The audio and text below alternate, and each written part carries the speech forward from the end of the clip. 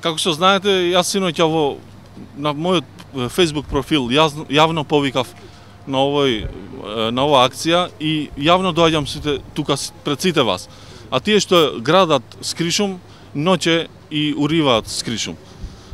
Значи, минатите денови се створи маглива ситуација околу авторството на поставувањето на овој споменик.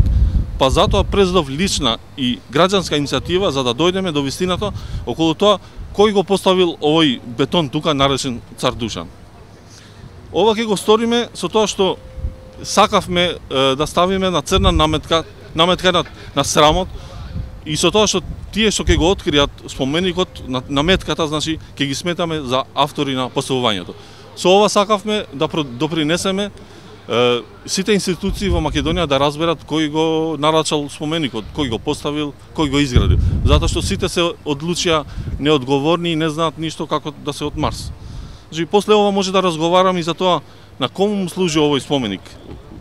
Владата на Македонија инициирала поставување на споменик на еден српски владател кој ако не кај македонците, кај албанците се перципира како владател кој ги принудуваше католиците албанци да постанат срби и православни, додека тие кои не се сложуваа ги убиваше на подмален начин.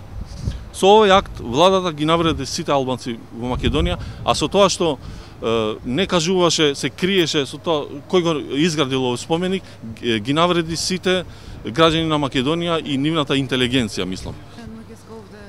Не, мислам јас ќе ги прашате институциите, тие кои не знаат, значи тие сигурно тие кои градат скришум.